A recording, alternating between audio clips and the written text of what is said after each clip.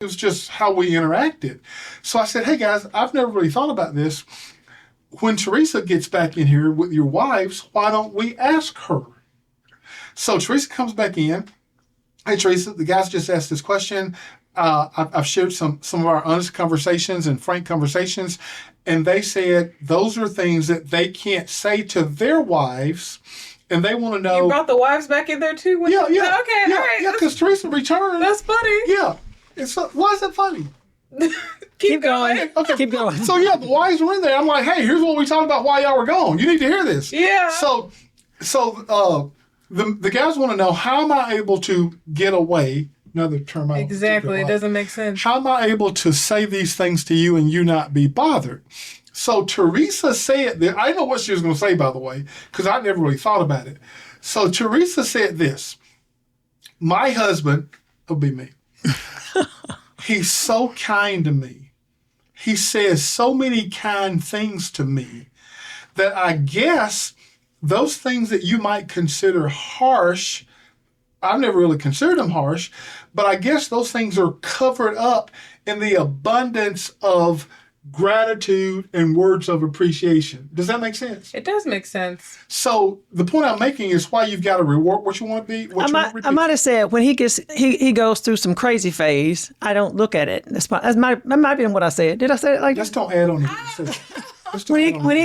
When I'm thinking, wow, that's not the man I know, so he can't be talking to me, or actually you might have said that. Something like that. When he goes on the crazy side, yeah. I just know he has been so sweet to me and so kind to me that I just overlook that and I move on. So the point we're making is about the love bank principle. Yeah. Because now again, I'm not intentionally thinking this through at the time. Oh, yeah. But now I am more intentional, and I would encourage you to be super intentional. You're going to say, my wife's words, not mine, stupid stuff. Well, I think you said crazy. I said crazy. I did. Yeah. So there are going to be times when you're going to do that. Agree? So if you're going to do that, hey, and here's an unfortunate thing. One negative outburst, see, it's not dollar for dollar. I'm putting in $100 and I've only taken out $90, so I still got $10. No. You put in $1 million and then you said a couple of crazy things, you just withdrew $1.5 million. Does that make sense what I'm saying? So this is how you want to think about it. Now. Help me, because this sounds kind of not conniving, not manipulative. That's the word I'm looking for. Hey, Jim, it sounds like you're saying I need to be saying good stuff, so I got my get out of jail free card when I say stupid stuff. That's not what I'm saying. That's not at all what I heard. But I think we have to. I think it's just good relationship. I don't know. I liken a lot of things in romantic relationships to business, I guess, and that could be a good or bad thing. But I think that that's just great relationship management. It's understanding that, like, we're human. We're all going to have off days. But you want to make sure that you're continually encouraging, especially your partner, the person who's doing life with you. You want to make sure that you're always encouraging and depositing into that bank. And I don't know. I kind of disagree with that. One negative outburst can like blow your entire. It's not complete. It's not completely all of it. But you said you have $1 million and then a negative outburst takes. I said a couple, but go ahead. Oh, okay. No, I didn't hear a couple. I heard $1 million. Yeah, that's why I was like, I don't think you're getting the negative from it. Well, so you don't agree that the negative weighs heavier than the positive? 1 to 1. I don't agree. I think it depends. Think that's even debatable. It depends on what it is. I don't think the negative weighs heavier than the positive. Well, I'm going to say. Wait, let me finish this one. Because depending on what the topic is, but I also think this principle applies in friendships. It's the same thing. Any type of relationship, whether it's parents to children, it's friend to friend. I think that. Because I kind of think about our relationship. Okay. Well, let's think about our relationship. So, hey, Elizabeth, wow, you've done an amazing job with your grades this semester. Wow, this is so impressive. Okay, can we agree that's good? Yeah. Okay, so you're telling me the next day, the next week, Elizabeth, you can't get anything right. I can't believe how stupid stuff you do. Are you saying that doesn't override times 10 the positive thing I told you earlier?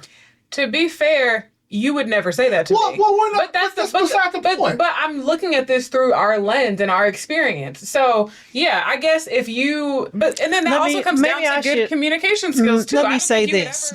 I don't think you'd ever say something like that. I would never say that to you, but that's not the point. The point is this: is a negative doesn't carry the same weight as a positive. That's the point. It will not mentally. It will not. And it will. You think they do? No, I was just using your analogy. I didn't think it blew it out the. I didn't think it had that much more weight. Well, let me just say this. Well, I think the answer is relative to each person.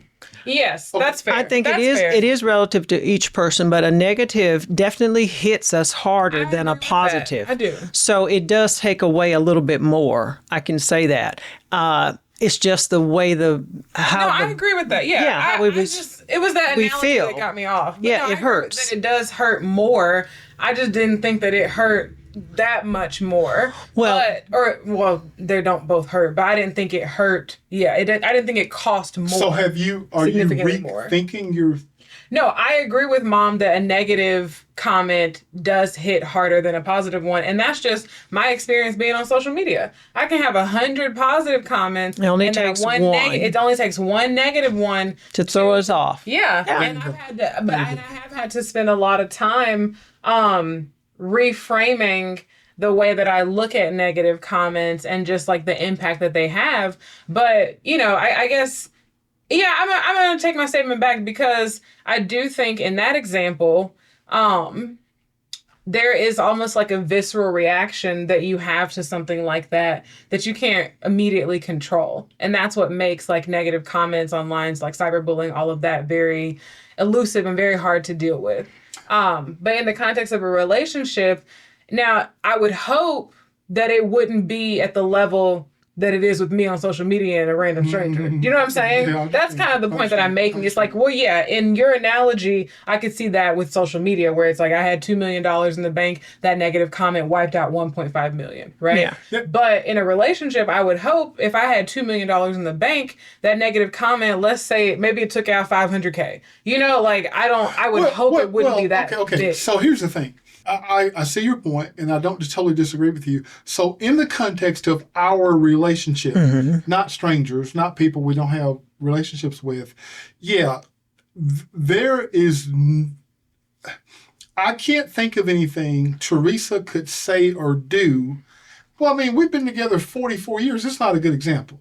Well, I was looking at, and we're also, father and daughter, so it's different, and mother and daughter. But I was thinking about our relationship. I feel like as a family, we have really tough conversations with each other.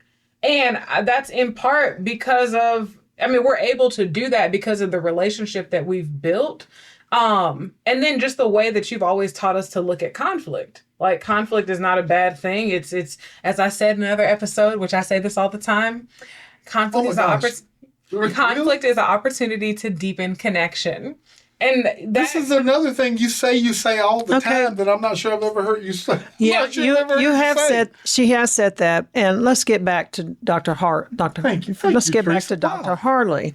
I think we talked about his needs, her needs, right? The love bank, and how important it is to deposit into the bank and not the withdrawals. You're going to have enough withdrawals already with life in general. A lot of withdrawals because of our human nature. However, we want to be really careful with that because this is somebody you have decided to be with. That's why I was saying in the context of a relationship, it shouldn't. Okay, so let's talk about that. So you gotta have the withdrawals, but they shouldn't be that big. There's nothing you could say. I can't imagine something you could say or do to completely deplete our bank. Right. However, I got to think back. Well, let me say, that's not something I ever want to do. Yeah, I understand. But I got to... there is an example that you shared. Was it on a previous episode? What did I say? You talked about how the conversation that you all had when we lost everything, and Mom said, out of character, I did. she said, this is your fault. That's a great I did example. say that. Yeah. That's a great example. But that wasn't about. But what's your that point? wasn't But that- about. But that's that not a statement that's not considered a negative let me tell the statement? story. Let me tell the story. Look, don't go too far in the story. Just Ma, he can tell the story. okay. Let me tell the story. So the story is, in the process of us going bankrupt, losing our real estate investment business, which we built over the last 6 or 7 years, the 20 team members that we had working with us, in the process of losing all of that. And by the way, this was a decision that we talked about. It wasn't like I went out secretly and started a real estate investment business.